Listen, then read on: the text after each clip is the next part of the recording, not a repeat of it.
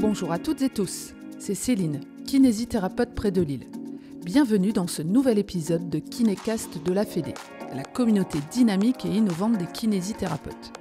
Chaque semaine, vous découvrirez les témoignages, les conseils et les astuces de kinés passionnés et engagés sur des sujets qui vous interpellent dans votre pratique et aussi sur l'actualité. Ensemble et avec la Fédé, bougeons les lignes de la kinésithérapie. Bonne écoute!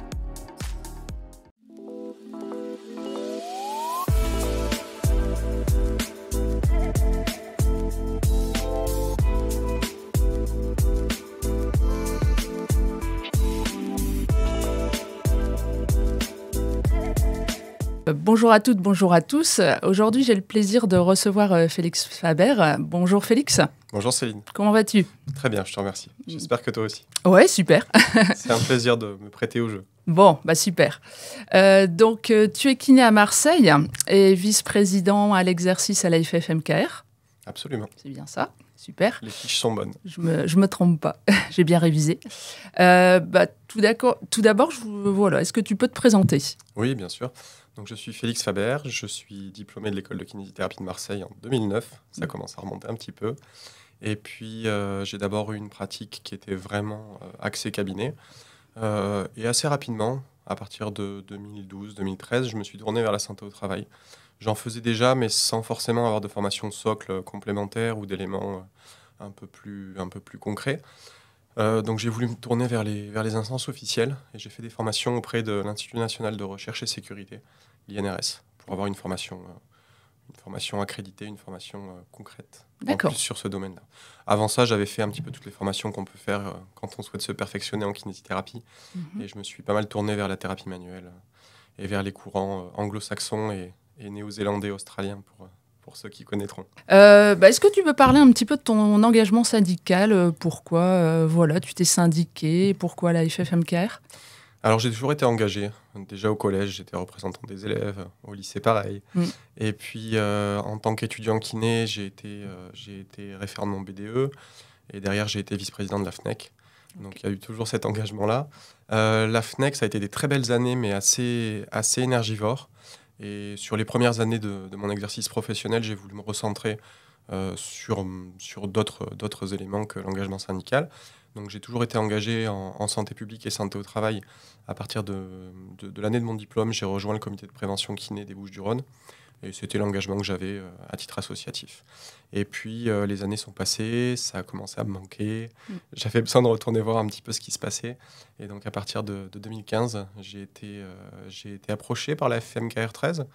Dans un premier temps, j'ai souhaité voir ce qui se passait un petit peu autour. Et en fait, ça a été assez simple, puisque Alizé n'existait pas vraiment encore à l'époque. Pour faire la part des choses, j'ai souhaité participer aussi à un CA du SNMKR. La porte n'était pas ouverte. Donc, j'ai accepté avec grand plaisir l'invitation de la Fédé 13 à l'époque. Et c'est assez naturellement que mon choix s'est tourné vers la Fédé. La première réunion a été hyper concluante. J'avais un a priori assez négatif au début des responsables et des référents syndicaux. Peut-être les années à la FNEC et peut-être un a priori aussi important là-dessus. Et dès la première réunion, en fait, je me suis rendu compte qu'on partageait beaucoup de valeurs et beaucoup de points communs. Donc ça a été assez naturel pour moi de m'y engager. 2 ans après, je suis rentré au CA et 2 ans après, j'ai pris la présidence poste que j'occupe toujours aujourd'hui au niveau de la FFMKR 13. D'accord. Et ensuite, tu as eu un engagement aussi au niveau national. Alors, le national est arrivé un petit peu après. À partir de 2021, j'ai été conseiller fédéral à la certification et aux démarches qualité. Et en 2023, j'ai eu l'honneur d'être élu au bureau en tant que vice-président à l'exercice.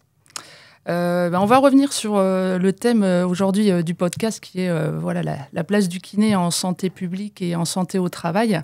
Est-ce que tu peux justement développer ce thème et nous dire qu'est-ce qui est essentiel justement pour le kinésithérapeute dans ces domaines ? Allez, je vais essayer de mettre de côté ma casquette d'enseignant en santé publique pour éviter de transformer ce podcast en cours et pour rester extrêmement concret pour les personnes qui nous écouteront. Au niveau de notre engagement de kinésithérapeute, on a quasiment que d'excellents praticiens, d'excellents soignants, d'excellents thérapeutes. Mais au final, les kinés sont assez peu professionnels de santé. Je vais peut-être en irriter quelques-uns en disant ça, mais j'assume mes propos. On est de très bons soignants, mais ce qui dépasse un petit peu le soin, c'est souvent compliqué. Et finalement, c'est une frange marginale de la population de kinés qui s'intéresse à ces questions-là. Alors en santé publique, on va retrouver des terrains sur lesquels c'est un petit peu plus évident, parce que si on parle par exemple de la prévention des chutes de la personne âgée, mais on en reparlera plus tard, ça correspond également à des activités thérapeutiques qu'on peut avoir, donc ça parle un peu plus aux confrères et aux consoeurs. Par contre, le monde de la santé au travail, c'est encore un nouveau monde qu'il faut apprendre à découvrir, donc il faut connaître les codes, le vocabulaire, et c'est vraiment une pratique à part entière qui, moi, me plaît énormément. Alors, tu fais ce distinguo, je vais y revenir quand même, entre soignants et professionnels de santé. Donc, qu'est-ce que tu sous-entends, quelles différences sont derrière ces deux termes ? La différence, elle est assez simple, c'est que jusqu'au début des années 2000, on n'avait pas tellement ces problématiques, ou du moins elles étaient moins axées, moins centrées, moins visibles, ces problématiques d'affection longue durée, de chronicisation. En 20 ans, 24 ans, on a vu complètement exploser les polypathologies, les affections longue durée. Un Français sur 4 est en situation de chronicité. Enfin, c'est quelque chose d'absolument catastrophique. On est sur des progressions qui sont constantes malgré tout ce qui est mis en place depuis le début des années 2000. Et on ne peut plus se permettre simplement d'arriver en bout de chaîne pour soigner les gens. L'objectif, c'est d'essayer de s'en occuper avant de rentrer dans cette chronicité, avant de les chroniciser, avant que le système de santé les ait chronisés, et faire en sorte que ce soit plutôt des gens qui soient en bonne santé et qui soient assez autonomes. J'aime bien la notion de self-care, de prendre soin de soi. C'est quelque chose qu'on a assez peu en France. Et on a un système de santé, je pense qu'on a une organisation générale qui fait qu'on pousse les gens à attendre d'être passifs dans cette démarche de santé et de se retrouver dans des situations qui sont déjà avancées. Oui. Mais la formation initiale, qui a énormément évolué ces dernières années, en fait, met une place prépondérante justement à ce domaine de santé publique. Alors l'avantage de la réforme de 2015 et l'inconvénient aussi, c'est qu'elle a vraiment fait évoluer la formation initiale, ne serait-ce que par l'ajout de cette 4e année. Après, il y a d'énormes disparités entre les IFMK sur ce qui est proposé dans ce cursus de santé publique, et on voit vraiment des choses très différentes. Il y a des IFMK qui sont très engagés, en effet, qui sont assez avant-gardistes, et puis il y en a d'autres dans lesquels, dans cette unité de santé publique, on voit les balbutiements de la santé publique, mais sans forcément mise en application concrète.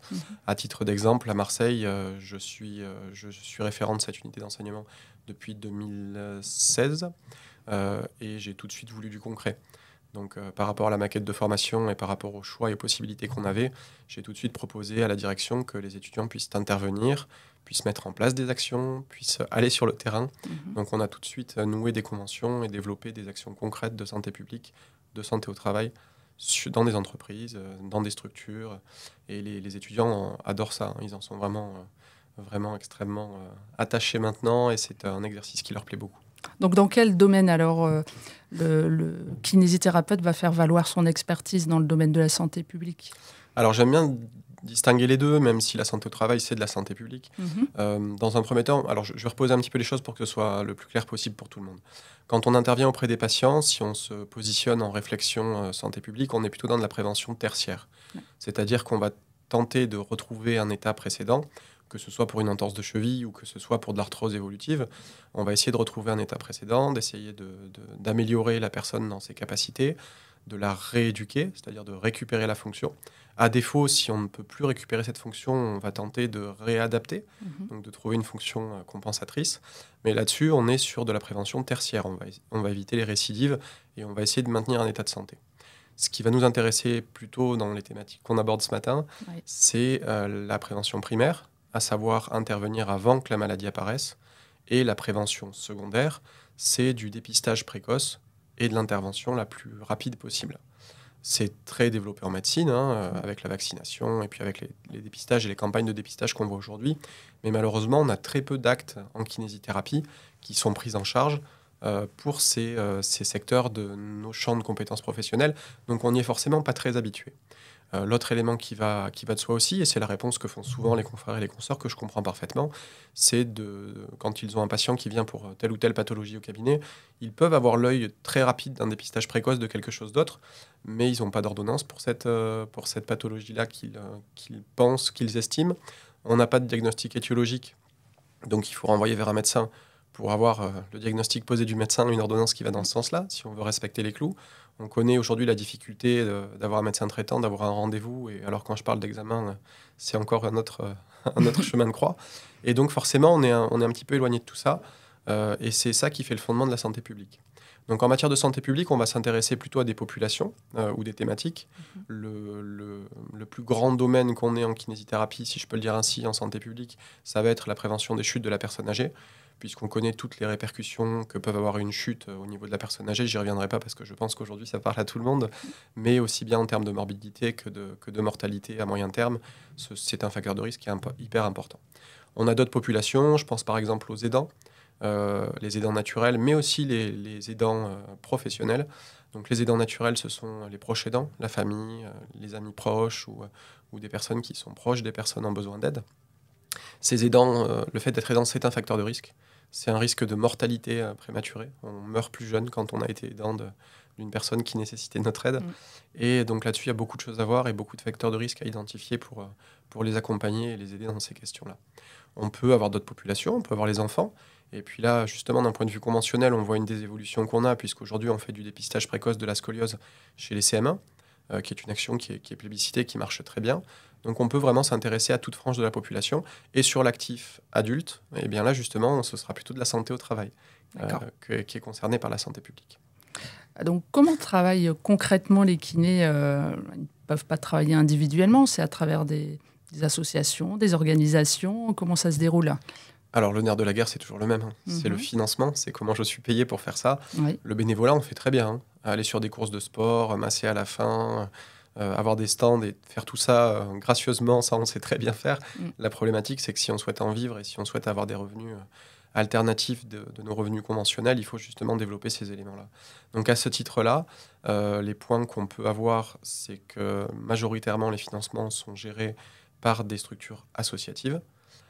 C'est-à-dire que je rentre un tout petit peu dans le détail. Oui, bien sûr. Donc le premier financeur de ces questions-là, c'est la conférence des financeurs, qui avant était rattachée aux agences régionales de santé et qui, depuis la création de la 5e branche de la sécurité sociale, sont rattachés à la CNSA et présidés par les départements, par les représentants des conseils départementaux.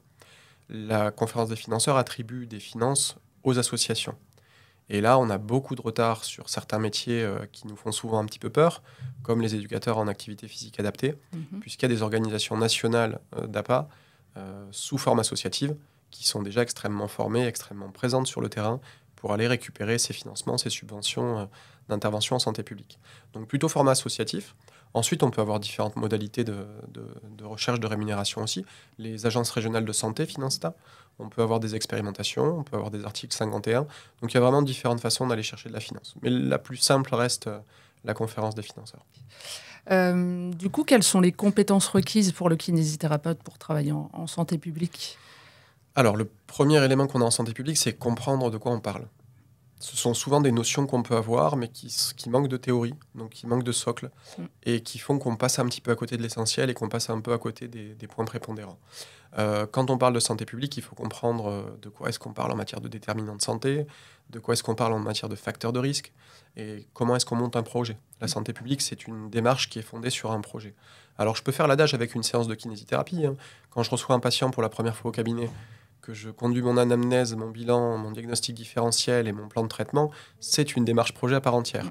Sauf qu'il va falloir la transposer d'un patient vers un projet de manière concrète, avec un financeur, avec de la logistique, avec de l'organisation, avec un rétro-planning, avec des évaluations, puisque ce sont des secteurs dans lesquels l'évaluation est prépondérante, que ce soit en santé publique avec des évaluations de fin d'action ou en santé au travail où on est plutôt sur de la formation et où les critères et exigences de formation continue obligent à avoir des évaluations, un suivi, une traçabilité.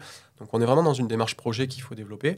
Et puis ensuite, il y a les sciences socles, entre guillemets, en matière de santé publique. Je pense par exemple à l'épidémiologie, aux biostatistiques, sur lesquelles il faut avoir quelques notions pour être en mesure de comprendre de quoi on parle et de savoir l'accompagner. D'accord. Donc en plus, de tout à l'heure, on parlait de formation initiale, parfois différentes entre les IFMK.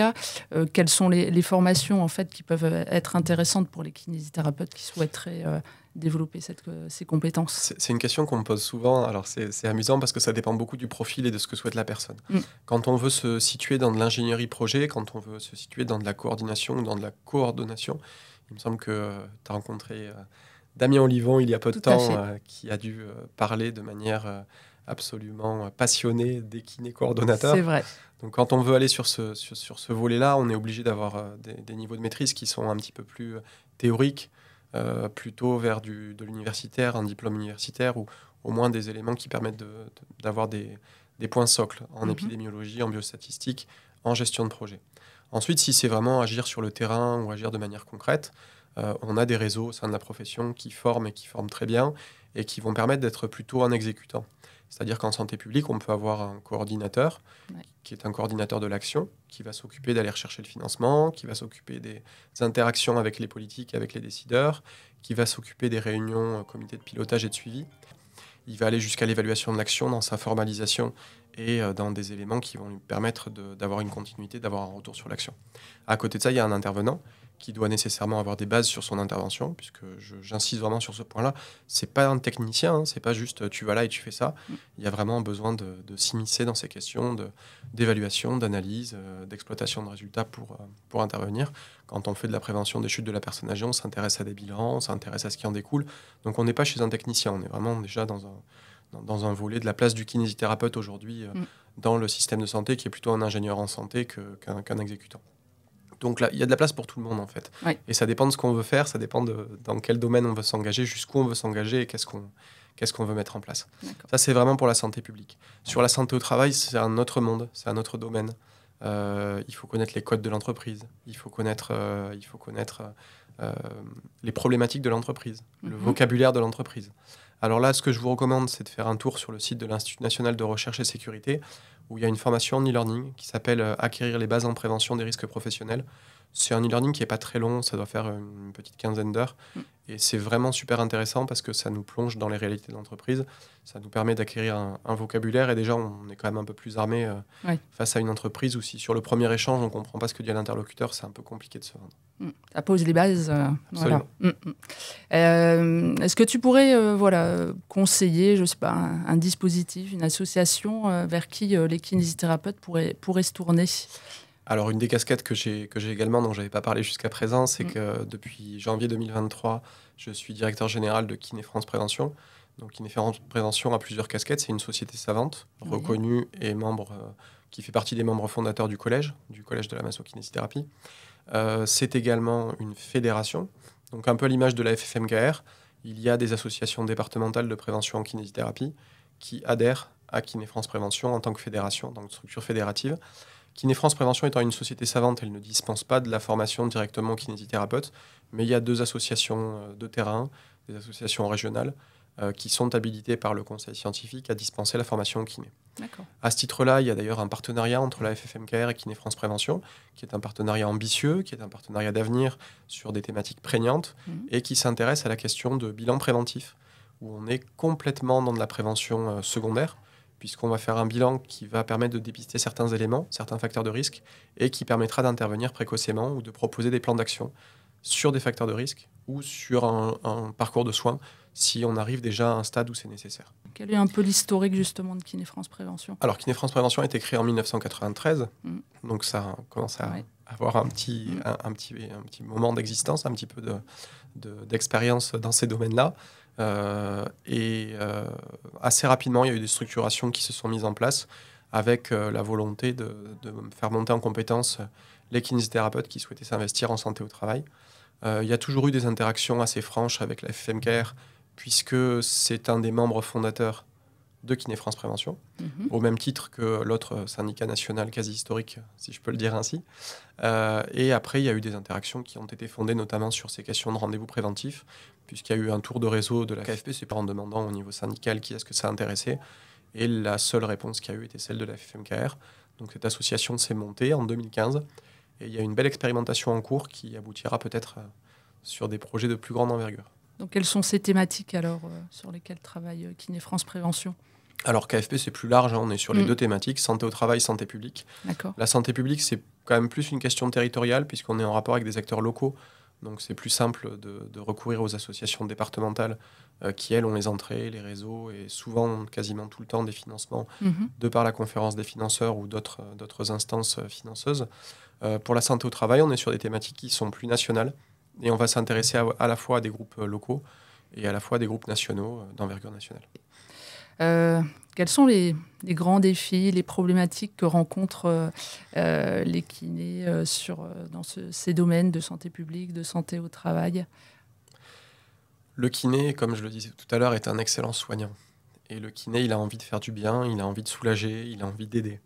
La problématique du kiné, c'est que une des problématiques du kiné, une des difficultés du kiné, c'est de ne pas voir la personne comme un potentiel patient, mais c'est de voir la personne comme quelqu'un qu'on va chercher à autonomiser.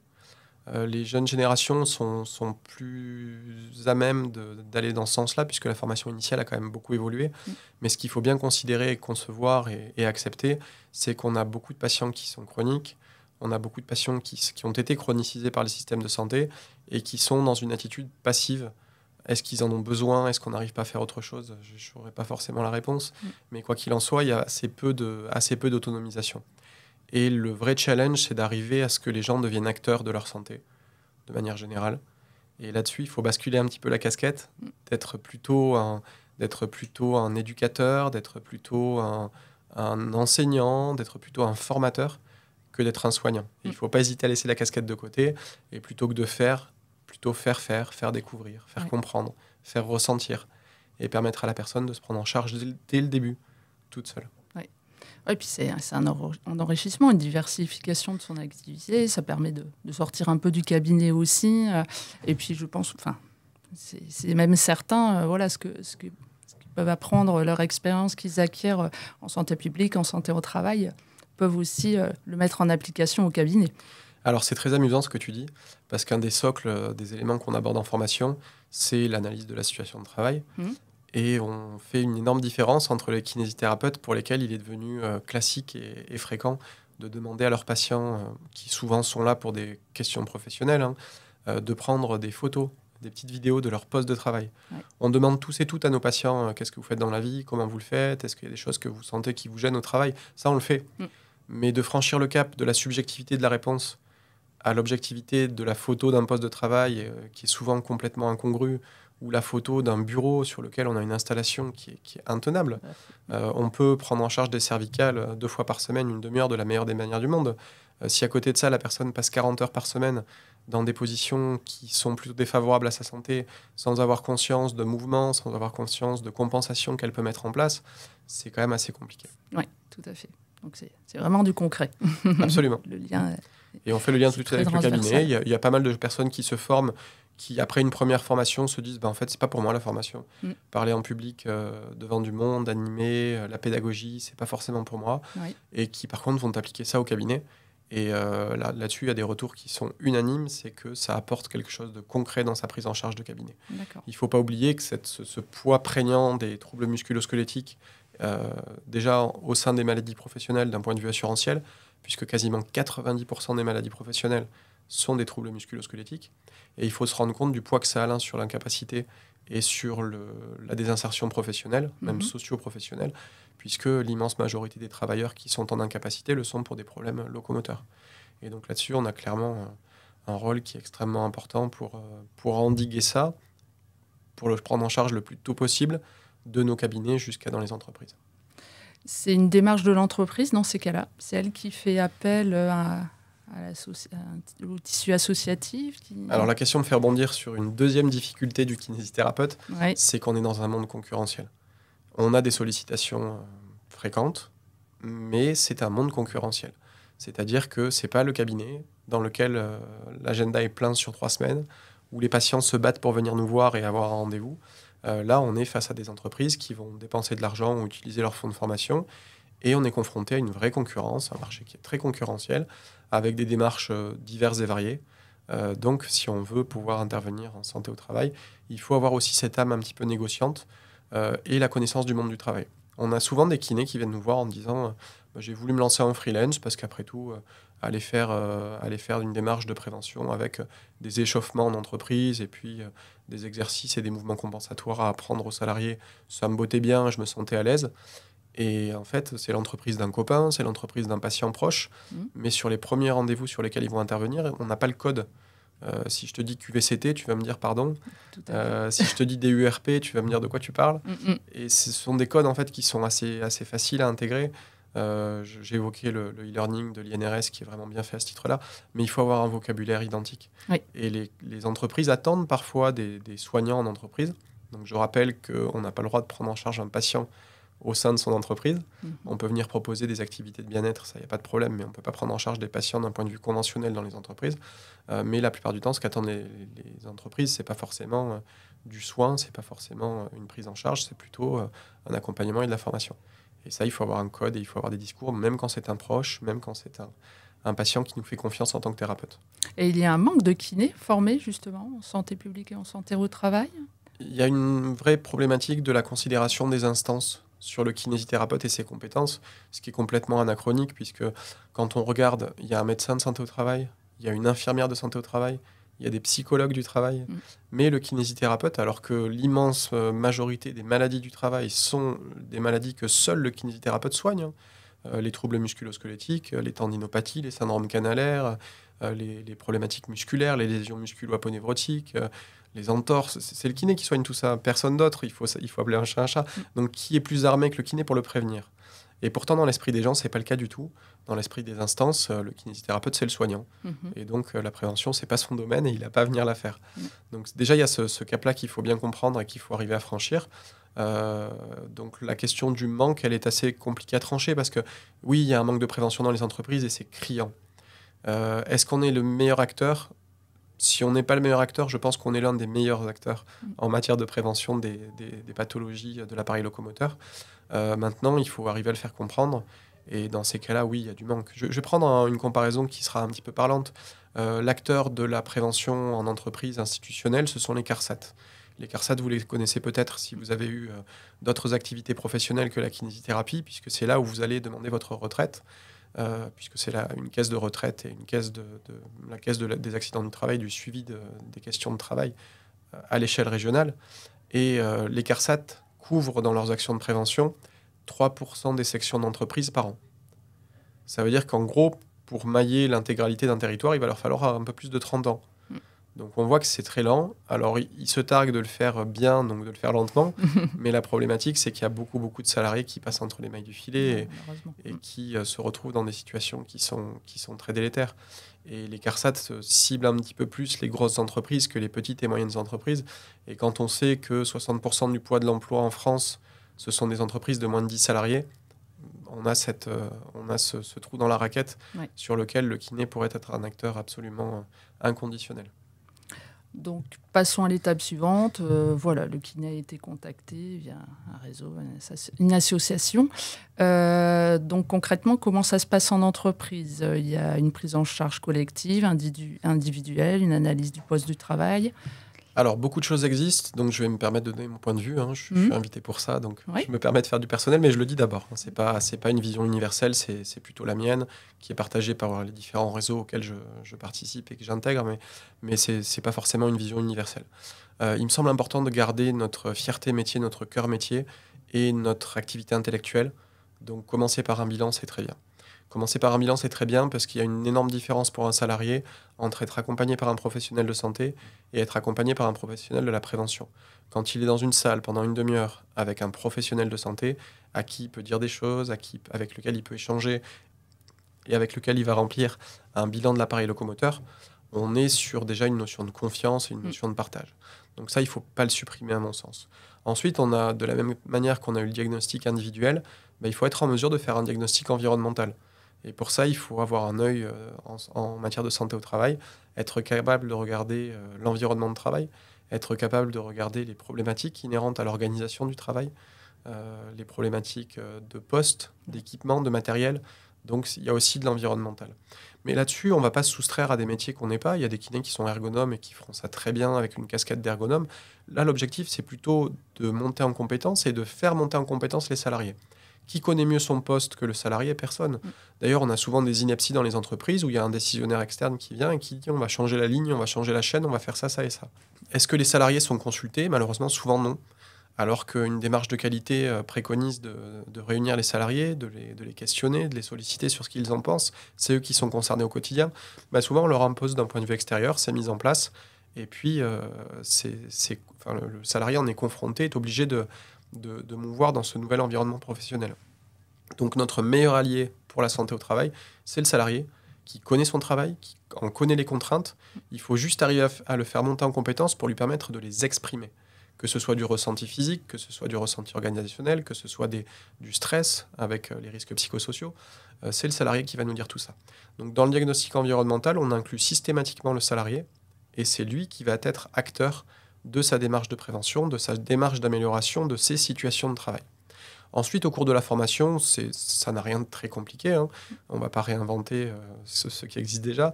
Sur la formation, l'objectif, c'est que les gens prennent conscience de leur appareil locomoteur, qu'ils comprennent comment ça fonctionne, qu'ils soient capables de ressentir qu'est-ce qui leur fait mal, qu'est-ce qui leur fait du bien. Parce qu'on a souvent cet adage de beaucoup de métiers où « mais mon père faisait ça, il a toujours eu mal, c'est normal, c'est un métier de costaud ». Non, c'est pas normal de souffrir au travail et c'est pas normal d'avoir des contraintes professionnelles. Donc il faut savoir les adapter, il faut savoir mobiliser des éléments internes et externes pour arriver à changer ça. Donc la prise de conscience, elle est vraiment fondamentale. Ensuite, on a cette question de situation de travail, comme je l'évoquais tout à l'heure, où il faut que le salarié soit en mesure de comprendre sa situation de travail et d'être force de proposition sur l'amélioration de celle-ci. Et ensuite, on est vraiment dans de la palette posturo-gestuelle, la transmission. C'est assez amusant parce que, bon, avec les changements et les bouleversements gouvernementaux aujourd'hui, c'est un peu compliqué, mais l'actuel ministre du Travail insiste beaucoup sur l'impact des seniors et l'expérience des seniors en entreprise. Moi, j'insisterai sur l'expérience de la palette posturo-gestuelle des seniors. Et quand vous avez un jeune, un nouveau qui arrive au travail, il lui faut longtemps pour acquérir cette palette posturo-gestuelle, pour comprendre les gestes métiers, pour les développer avec finesse, avec efficacité et avec protection pour lui. Et la place du senior en entreprise, là-dessus, elle est fondamentale puisque c'est un vrai transmetteur de connaissances. Ouais, c'est ça, la transmission. Et puis là-dessus, on a notre fil rouge d'évaluation, un petit peu comme le bilan du kiné qui va suivre dans ses fiches synthèse l'évolution du patient. Voilà, on va suivre l'évolution des situations. Et donc, on va voir d'un point de vue personnel si on a une amélioration des éléments qu'on a pu voir au bilan locomoteur, et si d'un point de vue environnemental, on a pu mettre en place et mesurer des améliorations sur les situations de travail, sur les postes, avec une traçabilité de tout ça. Donc, on va noter les dates sur lesquelles on est intervenu, les propositions qui ont été faites et le suivi des propositions. Et on a vraiment une action qui peut être évaluée et sur laquelle on peut mesurer l'impact du kinésithérapeute et de l'intervention de manière générale. Donc on a déjà eu pas mal de retours d'expérience. Alors on a pas mal de retours d'expérience. Je vais également citer une référence qui a fait plaisir au réseau Kiné France Prévention, puisque c'est une des premières qu'on a et qui est très marquante. En juillet 2024, il y a eu un rapport de l'IGAS et de l'Inspection Générale des Finances sur les questions d'absentéisme dans la fonction publique territoriale. Et une démarche de prévention qui a été menée par le réseau Kiné France Prévention a permis de mettre en évidence que pour 1 euro investi en prévention, à 24 mois, il y avait une économie de l'ordre de 3,50 € uniquement sur l'absentéisme. Donc je ne parle pas des médicaments, je ne parle pas des interventions, je ne parle pas des remplacements, je ne parle pas des intérimaires, je parle vraiment juste de l'absentéisme et du coût de l'absentéisme. Et donc ça, c'est vrai que c'est une fierté, puisque pour la kinésithérapie de manière générale, et puis pour ce réseau-là aussi, puisqu'on a vraiment mis en place de manière officielle une évaluation concrète, 24 mois avant, 24 mois après, et ça a été relayé par des instances sérieuses. L'IGAS, l'IGF, c'est quand même des mastodontes en France quand on parle de ces éléments-là, donc ça appuie quand même l'intérêt de la démarche en kinésithérapie et la valorisation qu'on peut avoir sur de la prévention. Et vous avez encore d'autres rapports qui appuient justement toutes ces démarches ? Alors là, je reviens sur l'association qui a été créée par la FFMKR et par Kiné France Prévention, sur les rendez-vous prévention santé kiné, puisqu'il y a une expérimentation qui se terminera bientôt, sur des agents municipaux, des agents territoriaux de tout secteur. Ça peut être du tertiaire, donc qui réalisent plutôt du service, comme de la petite enfance, comme des espaces verts. Il y a eu la mise en place de rendez-vous de prévention santé kiné par des kinésithérapeutes sur Mérignac. Suite à ça, en partenariat avec la Mutuelle nationale territoriale, il y a une mesure qui est effectuée de la consommation de médicaments et de consultations chez les professionnels de santé 2 ans avant, 2 ans après. Et il y a une mesure du bilan épidémiologique et du bilan de l'appareil locomoteur fait à 2 ans pour voir également et pour pouvoir croiser toutes ces données. Si, comme on l'espère, il y a une évolution favorable, moins de consommation de médicaments, moins de consommation de professionnels de santé et un état de santé général qui est amélioré, malgré 2 ans de plus, ce sera très certainement le fer de lance de beaucoup de jolis projets. Oui, gagner en meilleure qualité de vie. En meilleure qualité de vie, et puis le vrai développement de ces rendez-vous de prévention de santé kiné, avec très certainement une mise en exergue et un déploiement massif. Oui, ça permettra d'appuyer, ces différents rapports permettront d'appuyer tous ces dispositifs. Absolument. Ouais. Quel autre message tu souhaiterais transmettre aux kinés qui s'intéressent à ces différents domaines? Je vais être un peu disruptif, mais j'aime bien être disruptif. Tout kinésithérapeute libéral est une entreprise. On a maintenant l'obligation de faire apparaître entreprise individuelle sur nos documents officiels. Donc on est une entreprise, on a un SIRET, on est dirigeant d'entreprise. Est-ce que tu connais, Céline, est-ce que vous connaissez de manière générale une entreprise qui a un financeur unique ? C'est souvent assez périlleux d'avoir un financeur unique. Et le financeur unique du kinésithérapeute, c'est l'assurance maladie, ce qui n'est pas forcément toujours très sain dans les relations et dans la marge de négociation qu'on peut avoir, comme on le voit malheureusement régulièrement. Donc mon conseil, c'est multiplier vos financeurs, aller rechercher des sources de financement autres à travers les entreprises, à travers la formation, à travers des engagements associatifs pour bénéficier de financement de la conférence des financeurs, mais déployer vraiment vos activités à travers les CPTS aussi, qui permettent la prévention justement, surtout pas du soin dans les CPTS, mais de la prévention, oui, avec un O majuscule. Varier vos activités, ça permettra de varier vos sources de revenus, ça permettra également d'améliorer vos conditions de travail et votre santé mentale, puisque d'aller voir d'autres choses, d'aller voir des personnes qui ne sont pas que des patientes justement, et d'avoir des interventions dans différents champs de la santé, c'est vraiment régénérateur et c'est vraiment une source d'inspiration et d'amélioration, à mon sens, de sa qualité de vie, de ses conditions de travail en tant que professionnel de santé. Et puis c'est bien là une de nos compétences en fait. C'est une compétence marquée, c'est une compétence reconnue. Elle était déjà dans le décret d'acte et d'exercice, elle est encore plus rappelée dans la maquette de formation de la nouvelle formation depuis 2015 qui est dispensée dans les IFMK. Donc c'est vraiment important de s'en emparer, c'est vraiment important de montrer tout notre poids et notre existence dans ces domaines-là.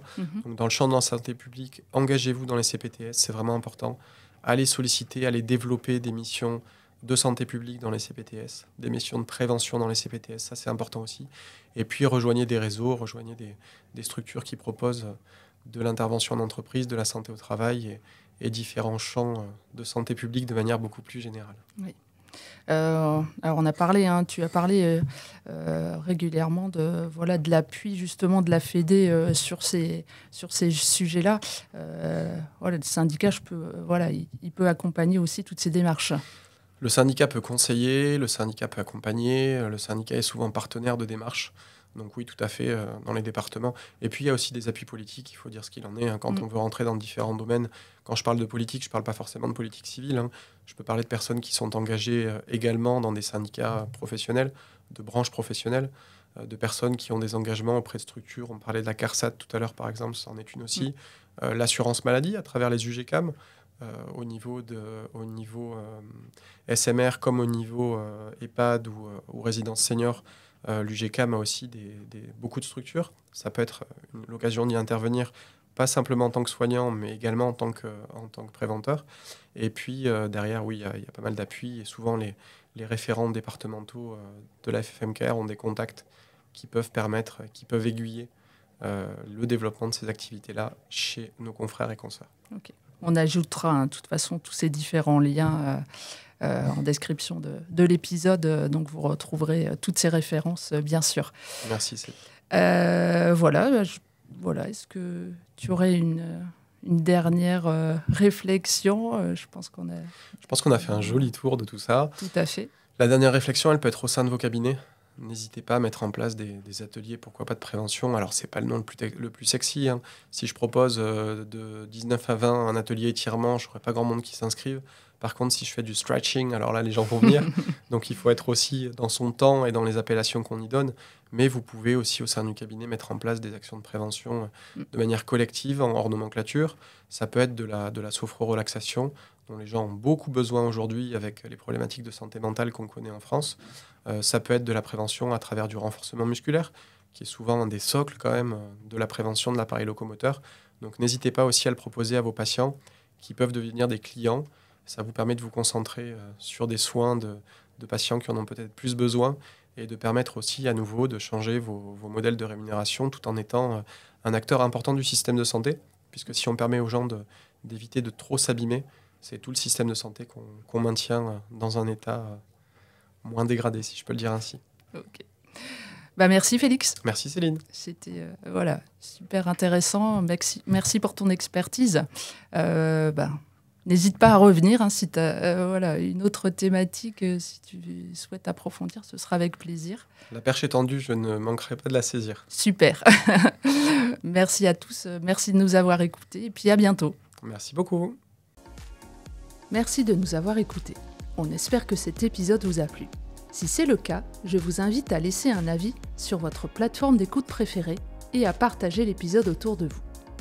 N'hésitez pas également à nous dire quel sujet vous aimeriez que l'on aborde dans les prochains épisodes et quels invités vous souhaiteriez écouter. Pour ça, dites-le nous en commentaire. N'oubliez pas de nous suivre sur les réseaux sociaux et de visiter le site web de la FFMKR pour rester informé des dernières actualités et des événements à venir. Votre soutien et votre engagement sont essentiels pour faire avancer notre profession. Sébastien Guérard, kinésithérapeute à Perpignan et président de la FFMKR, est au cœur des négociations des accords conventionnels interprofessionnels en maison de santé pluriprofessionnelle. Quels sont les enjeux pour les kinés ? Quels sont les points de vigilance pour la FFMKR ? Et comment le syndicat défend l'exercice des kinésithérapeutes ? Pour tout savoir, ne manquez pas le prochain épisode de KinéCast. À la semaine prochaine!